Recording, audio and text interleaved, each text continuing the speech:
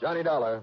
This is Harrison Hadley in Buffalo, New York. Hadley. That's right. I'm the local agent for Masters Insurance and Trust. Oh, of course, Mr. Hadley. It's been some time since I've had to call on you. Well, what's to be your problem, sir? Fire. Fire. Well, actually fires, Mr. Dollar. Two of them. Go on. One of them occurred yesterday. The other started only a few hours ago. As a matter of fact, the fire department is still fighting it. And you suspect arson? I sure do. So, Dollar, if you can come out here right away. I certainly can. Good. Now, I'll arrange for a room in your name at the Statler. And if you'll contact me when your plane gets in... Mr. Hadley. Yes? How much insurance have you written on those fires? Well, on this warehouse burning now, it's something over $200,000. Okay. So for both of them, it means about $400,000. Fine, then you can afford it. Oh, sure, but afford what? My expense account. Oh, well, of course we can. I mean for two. Expense account for two? I'm afraid I don't understand. You will when I see you. Bye.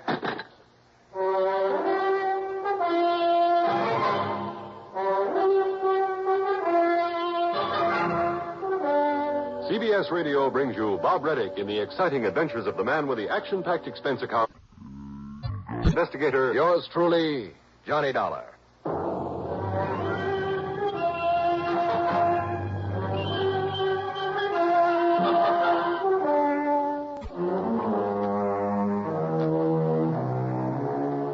Expense account submitted by Special Investigator Johnny Dollar to the Masters Insurance and Trust Company, Buffalo office. Following is an account of expenses incurred during my investigation of the Wayward Fireman matter.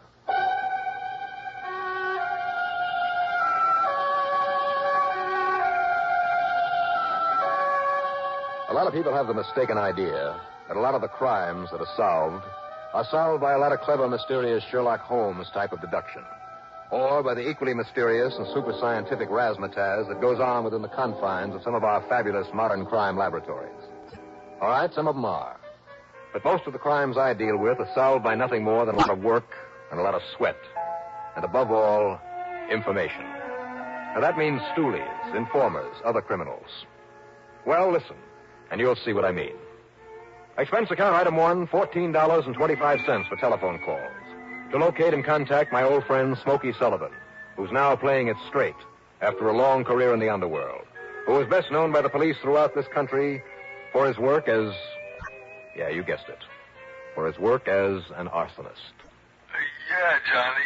I'm living here in Syracuse now. Oh, well, that's fine, Smokey, because you're close to the only place. Reason you caught me here in my rooming house, though, is I got a couple of days off for my new job. Well, I'm glad I caught you, Smokey. You know what my new job is now, Johnny? The important thing is you're only a stone's throw from Buffalo. I'm working for the city. And if you have a couple of days off... You're going to fall right down on your face when I tell you what kind of a job. Well, what I'd like you to do, Oh, what did you say? Johnny, I'm, what do you call it, a special consultant for the arson squad. You're what? Johnny, for the arson squad. Well, that is a switch, but a good one. I'm glad you're staying on our side of the law. Yeah. You know something, Johnny? No, what? With me here in Syracuse, every single firebug must have left town. And you know something, Smokey? No, what? With you on the job against them, I don't blame them. But now you say you have a couple of days off. Yeah. Well, then take a plane or a train or whatever you can get over to Buffalo. Buffalo? That's right. There'll be a room in my name at the Statler Hotel for the two of us. Go there and wait for me, and I'll be along as soon as I can. The big Morley warehouse fire that just come in over the wires, huh? Yeah, among other things. Uh-huh. So will you meet me there at the Statler? Yeah. Good. Yeah.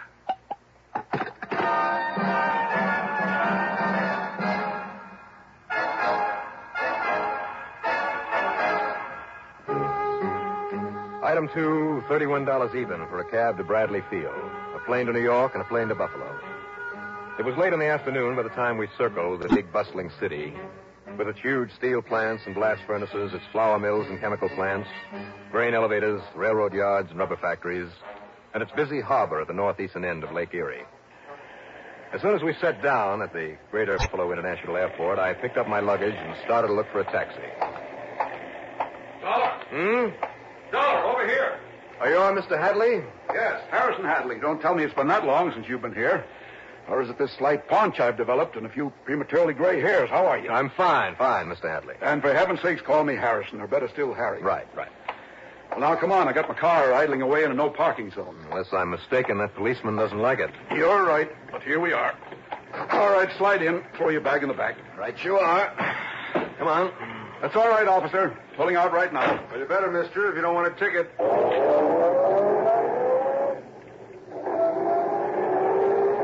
Okay, now, Harry, what about these fires? Well, Johnny, first concerning the loss of the small department store yesterday, the police are absolutely sure it was arson.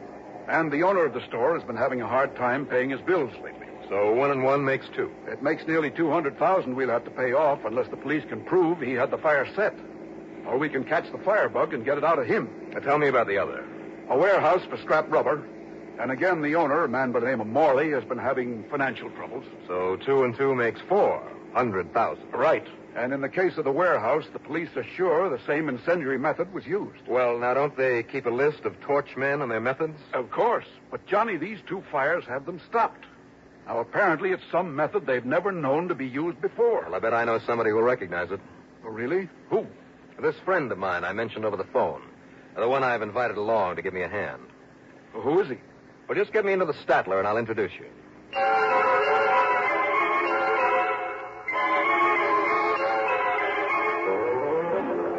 And you say this ex-crook is now working with the police? That's right. If I know Smokey, there'll be no arson there in Syracuse as long as he's around. Well, then they're probably wishing he hadn't come on over here to Buffalo to give you a hand for a couple of... here we are. Now, let's just hope he's already here so that we can... Smokey?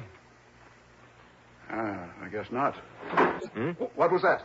Somebody banged down a window somewhere in the back of this... Wait a minute. Smokey? Smokey, are you up? Oh, no. What is it, Johnny? What's wrong? Smokey. Now, Smokey, listen to me. Looks to me like we got here too late. Smokey? Can you hear me, Smokey? It looks to me like he's dead.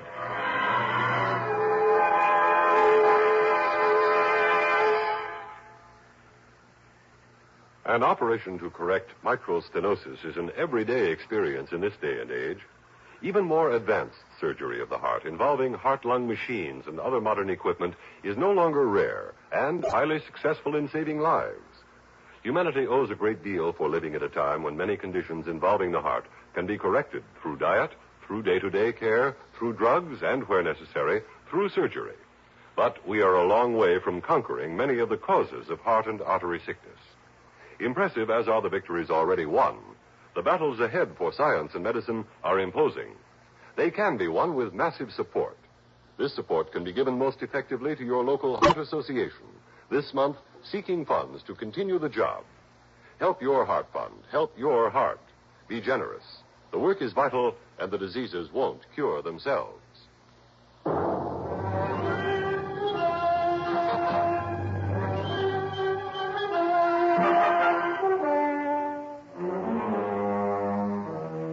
Expense account item 3, $10.50 and $1 tip for a bottle of brandy provided by room service. With that and a couple of wet towels, I managed to bring Smokey Sullivan back to consciousness. Barely, because he was in pretty bad shape. And whoever had given him this beating was certain to think he'd left him dead. Whoever did it, Johnny, must have got out by that window we heard slam as we came in here. No doubt of it, Harry. And then he must have crawled along the ledge out there to another room or fire escape or something. Yeah. Now, Smokey. Yeah, Johnny. As soon as the doctor gets here, we'll know if you have any broken... No, look, no doctor, Johnny. Hmm?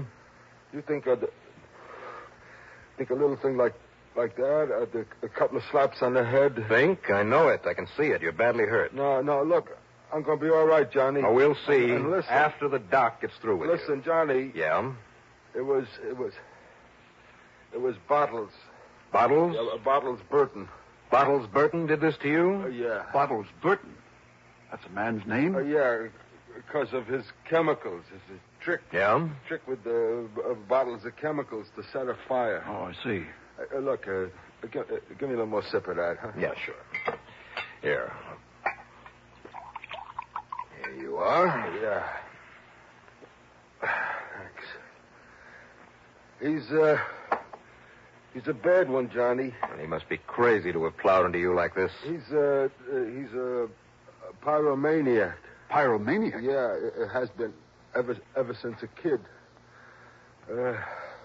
They sent him up to the state hospital for it. I see. But now you just take it easy. Only way they could keep him from starting fires there, they let him shovel coal in the big furnace in the powerhouse. And that gave him all the fire he wanted, huh? Yeah.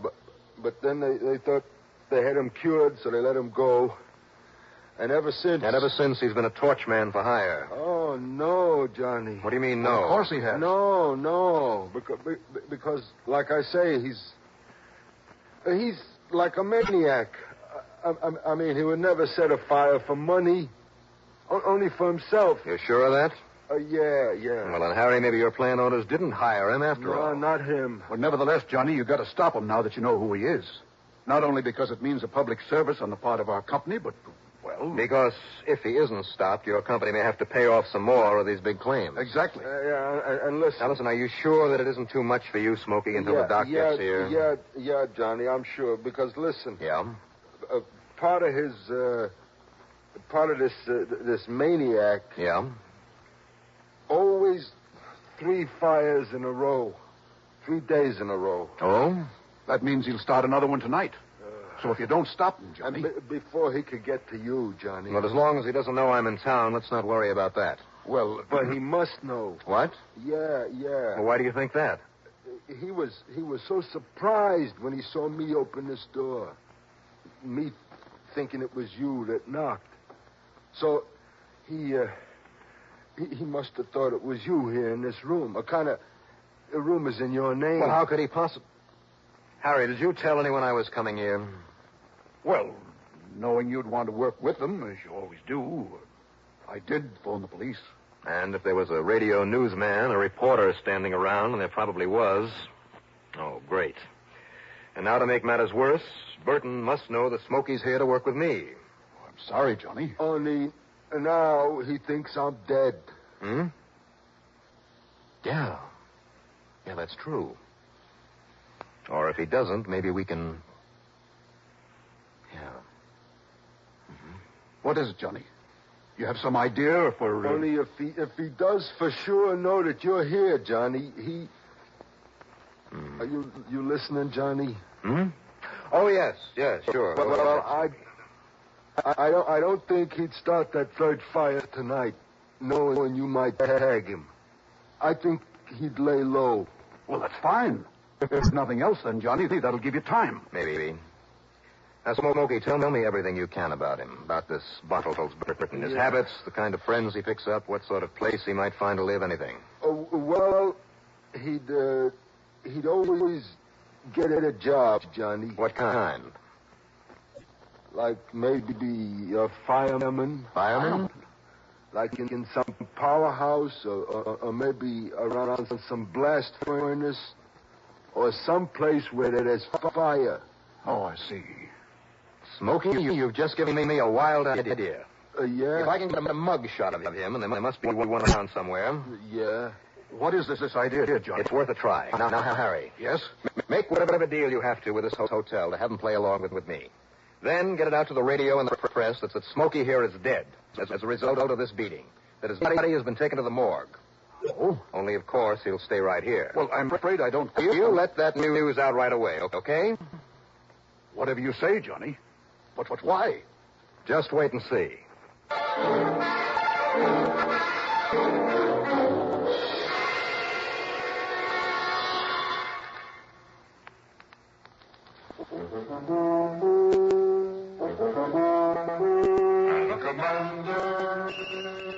Welcome aboard. Try new king-size Philip Morris Commanders. New because the tobacco in them is vacuum cleaned. And the cleaner the tobacco, the better it tastes. Yes, the cleaner the tobacco, the better it tastes. Commanders are made by a new kind of machine, the Mark 8, that takes rich, full-flavored tobacco and first... gently vacuum cleans it, then rolls the cigarette fully, evenly, cuts the ends clean and firm. The result is new Philip Morris Commanders with the cleanest tobacco ever rolled in a cigarette. Try a pack. You'll get a full, round, king size of solid smoking pleasure because the cleaner the tobacco, the better it tastes. Noticeably better.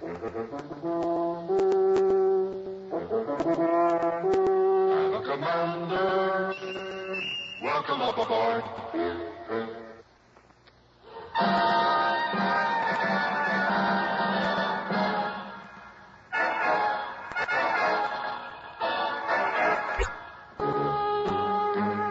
Expense account item 4, $1 even for a taxi to police headquarters.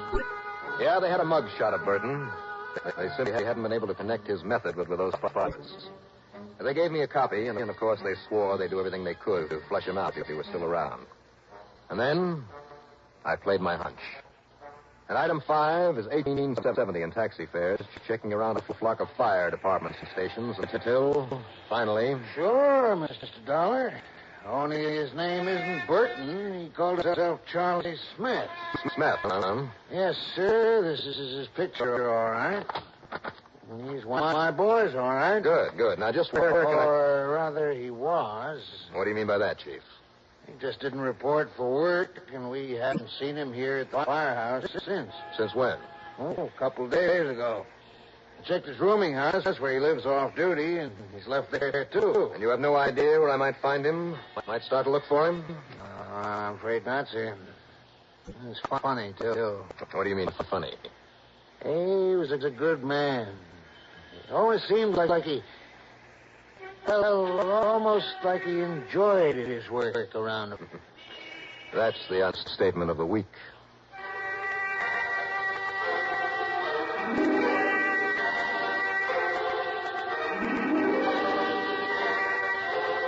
I walked on back to the hotel, and there, over a stormy protest, moved Smokey into the room next to mine, but left the connecting door ajar. After all, I didn't want him in any further danger. But as soon as I feel good again, John, you gotta let me help you find him. Only if he set that wacky mind of his to start another fire tonight... You just stay quiet and rest that broken head of yours. If I find you trying to climb out of bed, I'll clout you one myself. Okay, Johnny. I'll be right here in the next room, so if you want anything, you holler, okay? Johnny. Yeah? Look, Burton may go nuts waiting for you to leave town. I mean, so he can set that third fire. And being a killer, too. Oh, wait. Maybe you've given me the answer. Yeah? Yeah, Smokey. Yeah.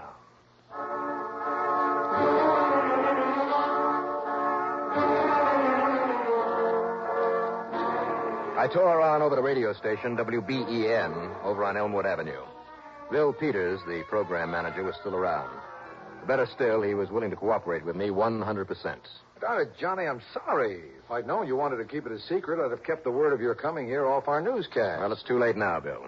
But not even the papers, not even the evening news had it, so I let it go on. And what that means is that he keeps a check on things through your news program.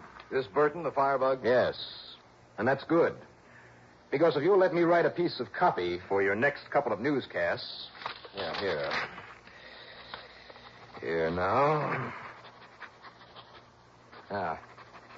It'll air in about 20 minutes.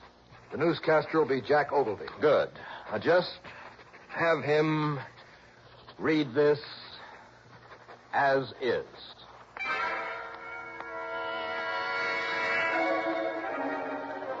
I got back to the Statler just in time to hear Jack Ogilvy's news on the little radio there in my room. Be called again tomorrow throughout this whole area. Oh, and here's another item in connection with the Morley warehouse fire. Johnny Dollar, the investigator called in by the insurance company, is leaving the case. No doubt because of the death of his colleague, a man with the unlikely name of Smokey Sullivan. Dollar, we are informed, checked out of his hotel just a few minutes ago and is on his way back to Hartford. Could he have been afraid of this pyromaniac killer? Doesn't sound like him. And now let me give you the local weather report again. Mm-hmm. We'll just wait and see what we... Smokey. Hi, Johnny. Now, look, Bob, you have orders to stay in bed. That announcer I heard on the radio. That news item was a plant. Now, go on back to bed. I'm all right.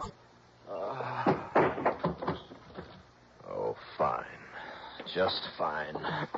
So now I gotta carry you back to bed.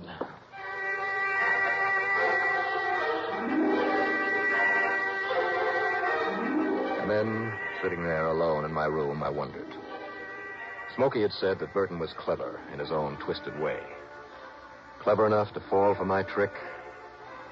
Well, there was only one thing to do. Wait and see. I didn't have to wait long. Yeah? Yeah, who is it? Mr. Dollar? That's right. Telegram, sir. Okay, coming. Hello, Burton. Oh, you know me, huh? Who else would have come in here waving a gun? Keep your hands up, see? Now sit down. Sit up. There in that chair. The other side of that door. And keep faced away from me, you understand? See? Sure. But didn't you get the word that I'd left town? Oh, I knew that was a trick. That's why you came here, huh? Because I had to make sure, see? And you mean that you, a smart punk like you were afraid to set another blaze with me around town? Well, you won't be around, not now, because I'm going to kill you. Because I got to set another fire. I just got to, you understand, you see? So I'm going to kill you, Dollar. Now look, Burton. No, don't move. Keep your hands up. Now, here, let me... Here. See? I knew you had a gun. Because I know everything. But I know I gotta set that third fire. Like I know I gotta kill you. Yeah, Dollar. Now. Smokey. I'm sorry I had to bust this chair on him, Johnny. It's okay, Smokey. You did okay coming through that connecting door. Son of a gun, I told you to stay in bed. Yeah, I guess I wasn't as strong as I... You want to help me, Johnny? You bet I do.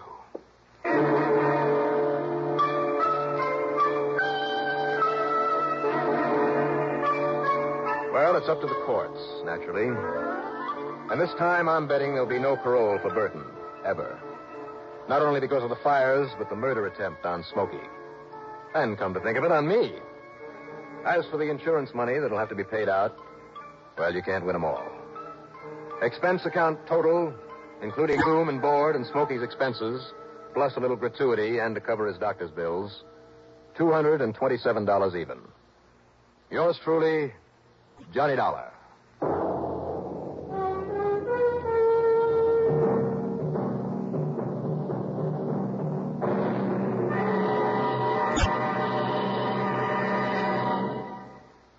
Now, here is our star to tell you about next week's story. Next week, another locked room mystery. It's called The Too Tired Matter. Remember that title and join us, won't you? Yours truly, Johnny Dollar.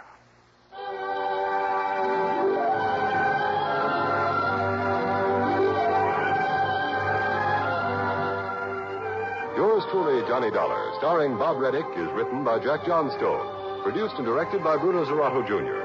Musical supervision by Ethel Huber.